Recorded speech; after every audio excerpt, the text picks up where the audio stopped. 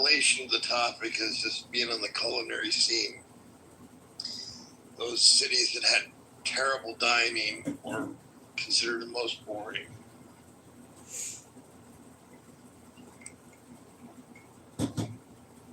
I know you guys are in suspense, so I'll tell you, Jacksonville is the most boring city in America.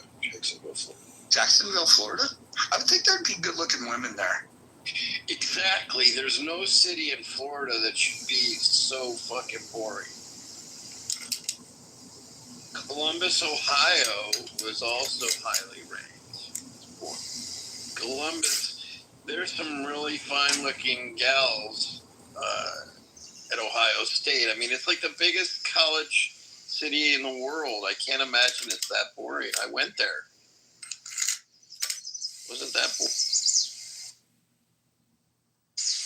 Yeah, that was boring. All right, back to the topic. My fault. No, I welcome that. Feel free to jump in with those kind of comments anytime. Hey, Mike, I got a question. You know, I'm not Italian, but I grew up with a bazillion Italians in New York. You know, even my next door neighbors were Italian. So I'm pretty familiar with Italian food, and whether it was in New York or even when I went to California,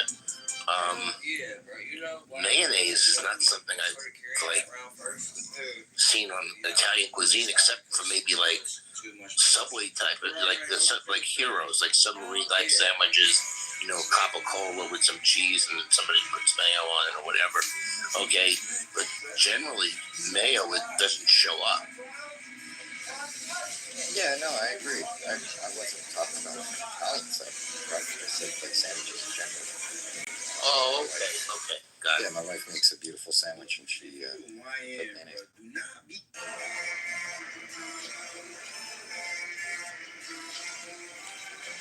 Isn't it crazy how a sandwich always tastes better if your wife makes it? Yeah.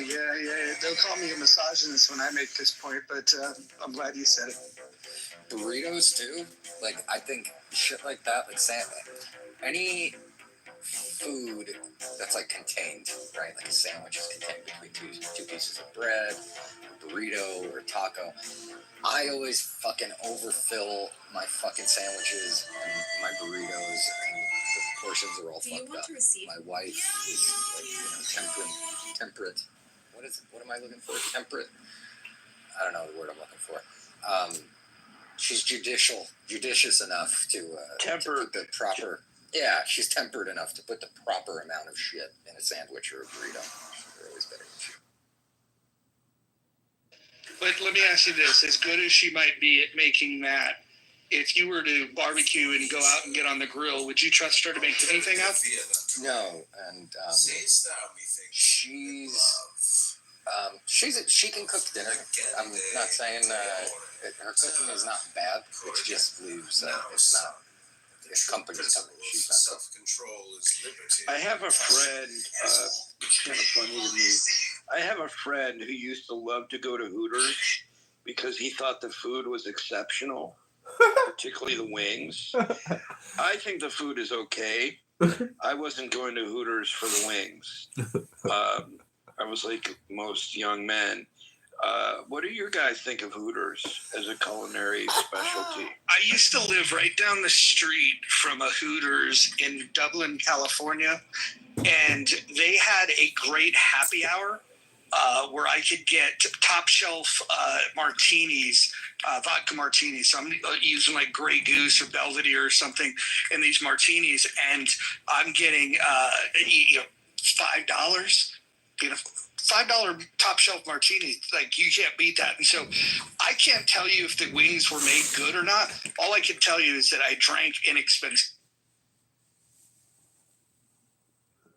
And by the way, consistent with what I was talking about, just whether it's casual, fast casual, maybe Hooters is probably considered casual, not fast casual. Hooters filed bankruptcy in March, and they've closed tons of locations. Okay, I mean, you know, it's a very difficult time, you know, for a lot of people in the restaurant industry.